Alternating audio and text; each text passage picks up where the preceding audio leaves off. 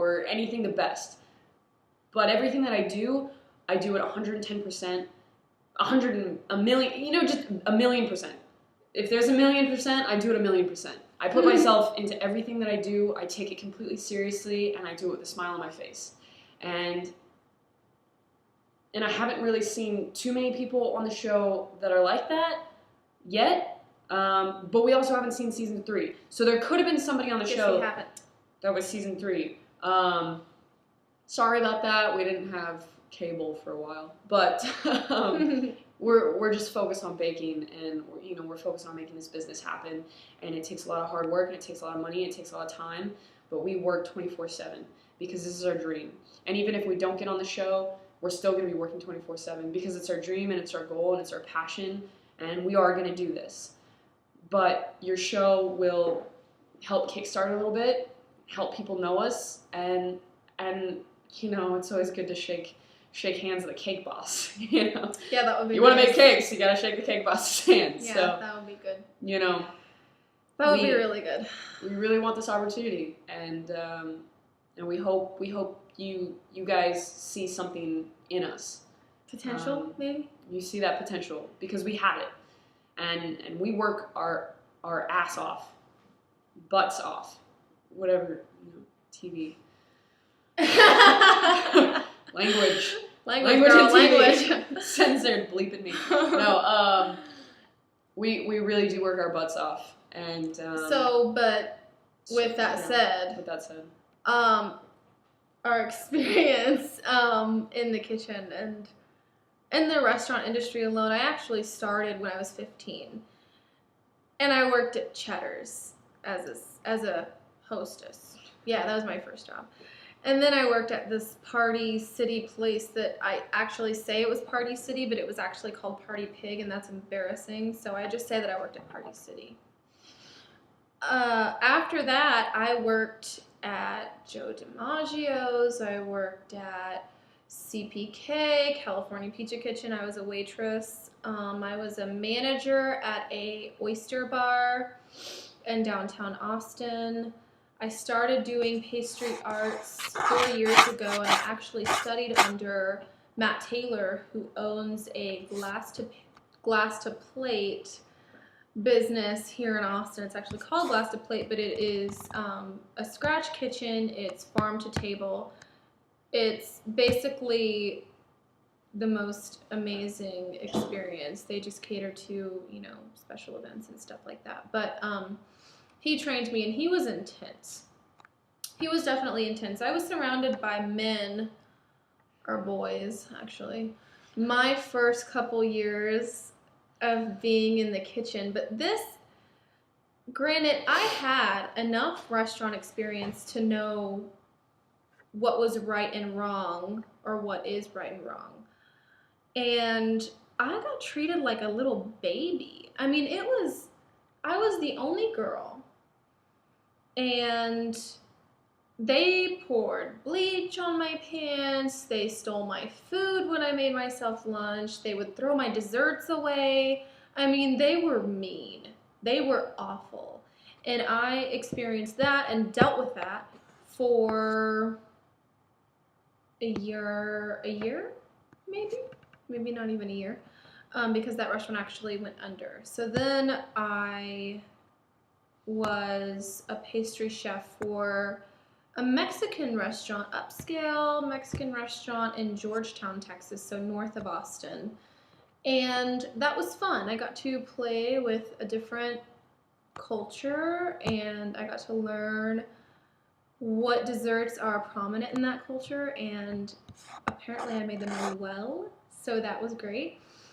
And then we moved to Maine, where I was a pastry chef for 3 different restaurants owned by the same couple, and that was a lot of fun too. So I got to play with another cuisine, which was Italian, and that was a lot of fun too. So 9 years, going strong. Your experience? My experience,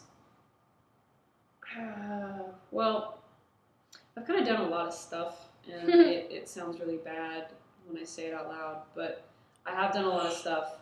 But I did start after I opened the Mexican store with her, The store. Mexican food restaurant with her. It's a very great store, restaurant, and I started out bar, and I really wanted to become a bartender because I was really interested in mixing drinks and creating something. And I'd work at Starbucks when I was in high school, so I was really familiar with that kind of stuff, and I wanted to learn more. It was a really big thing. Plus, my personality usually connects with a lot of people, so I was thinking, hey, big money, big money, and crazy experiences. I'm a movie person, so you see a bartender in a movie, and you're like, hell yeah, that was awesome. But that was not really my experience. I started and I worked my way hard. I was around some really great bartenders with a lot of experience. Some mixologists. Some people who worked at clubs, and could like fling bottle caps off their arm. They had the scars to prove it. It was insane. And I worked along them, and with all my time and dedication, my competitive streak, I pursued and pushed and pushed and pushed, and I carried a book with all my recipes, and I'd study it every single night, and I would buy drinks and try and create it at home, because that's just the type of person I am. Everything I do is to the max, and with that, I became lead bartender. I became lead bartender over people who had all this experience, and it still wasn't enough. It still wasn't enough. And it's never enough. But it's never enough. But I wanted to join. The kitchen because that's where I felt like the real magic happened, and that I was in the wrong place the entire time. And so I started in the kitchen. I started from the bottom, and I worked my way up fast. Again, yes. And that's when I learned how to be clean, how to be organized, how to be quick, how to be efficient. How to zip your mouth when you have to, how to say yes, chef. Military grade stuff that is thrown in there, and obviously you all know. And then I worked at. We went to 50, and we met Chef Dave and his wife, and I worked under him, and it was an amazing experience. That was a lot of fun. I actually became the pasta chef at the Italian restaurant, making all fresh, even the pasta, every single morning. I cracked 150 eggs every night, made the pasta the next day. And all this to just say that, working in the kitchen, you get that experience that you need. You get that fast pace, you start to understand some of the small technical stuff. You start to realize sometimes you just have to act instead of think about it. Sometimes you just have to work your hardest. Don't read those pictures. Stop reading the pictures.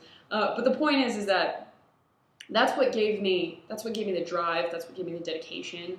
And then starting this with Sam, the sugar thumb, I took all those skills, and even if they were savory, they were still really good to cross over. Yeah, they're always useful. Always useful. And I took all those skills, and I work with that, when it comes to, I'm a good soldier when I need to be. When it comes to Sam baking, I'm a good soldier, and I do what she needs, and I get it done, and I help her, and, I learn quick.